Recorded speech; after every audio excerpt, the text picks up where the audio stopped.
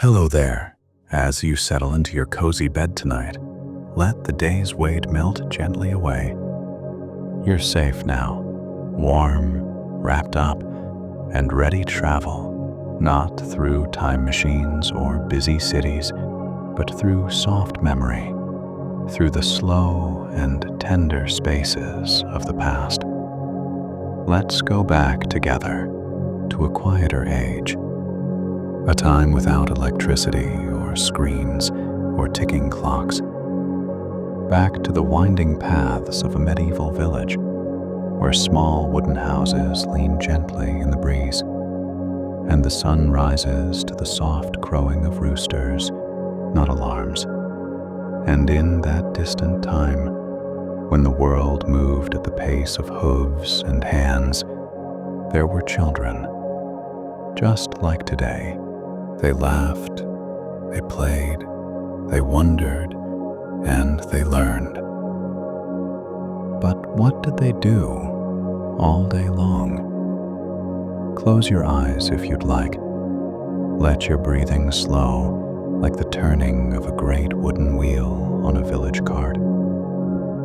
Let us begin. In the soft light before sunrise, a tiny cottage is still. The wooden beams creak faintly as the wind nudges them from outside. Somewhere in the thatch above, a sparrow stirs. Inside, under a woven blanket of coarse wool and linen, a child is waking. She's no older than 7. Her hair is tangled and smells faintly of smoke from the hearth.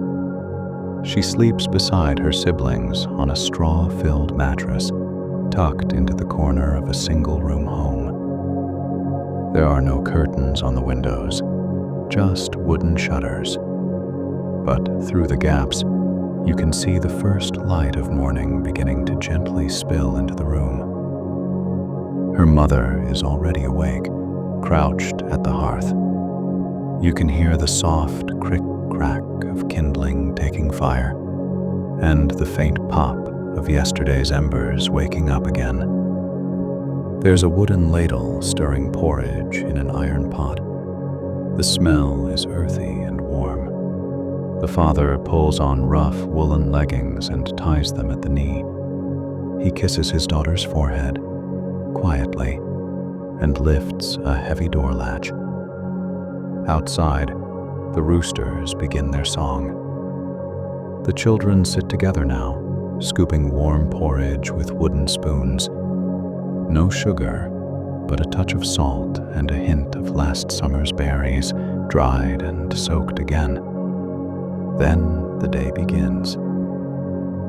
In the medieval world, learning did not always come from books. For most village children, lessons came through watching, through doing. A young boy, perhaps 10 years old, is following his father to the edge of a barley field. His hands carry a wooden pail filled with feed for the chickens, which cluck, and they learn Latin phrases, how to hold a quill, and copy letters from the wax tablet. The smell of beeswax and parchment fills the tiny room, but even for those who never read a book, knowledge flows constantly. They learn which herbs cure a fever, how to twist a length of wool into thread, and when to be still, very still, while the village cow is giving birth. In all these ways, they are not just surviving, they are learning how to live. And throughout it all, there are moments of joy. The slap of bare feet on dirt paths, the secret hiding places behind haystacks, the careful, quiet games played with pebbles and carved sticks, a simple, natural education. As the sun reaches its peak, a bell rings softly from the small village chapel. The sound floats over thatched rooftops, across barley fields, and over winding trails that lead into the woods. Children pause in their work or play, It's time to return home. Inside the cottage, the fire has died down, but the embers still glow. A large clay pot simmers gently, vegetable pottage with carrots, leeks, and cabbage. Bread is torn by hand and passed around the table. No forks, just wooden spoons, fingers, and soft laughter. Sometimes there's cheese. Once in a while, a bit of salted fish.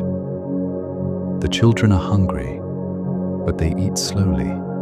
They are taught not to waste. When the meal is finished, the youngest child carries water from the village well, cupping her hands to take a quick sip before heading back. The walk is long, but familiar.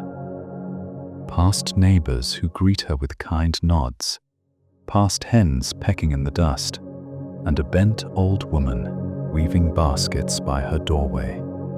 If the children are lucky, this is the hour when they might rest a while. Under the tree behind the cottage, they lie in the grass, watching clouds shift slowly above.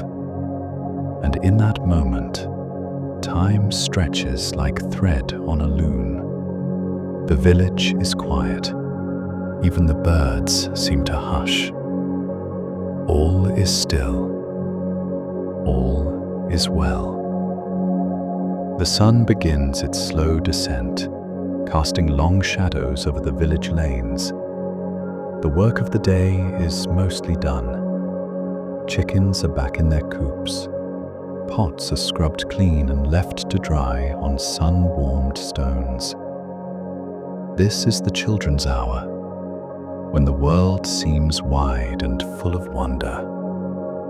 In a clearing behind the thatched homes, a small group gathers. Barefoot, breathless, faces flushed from running.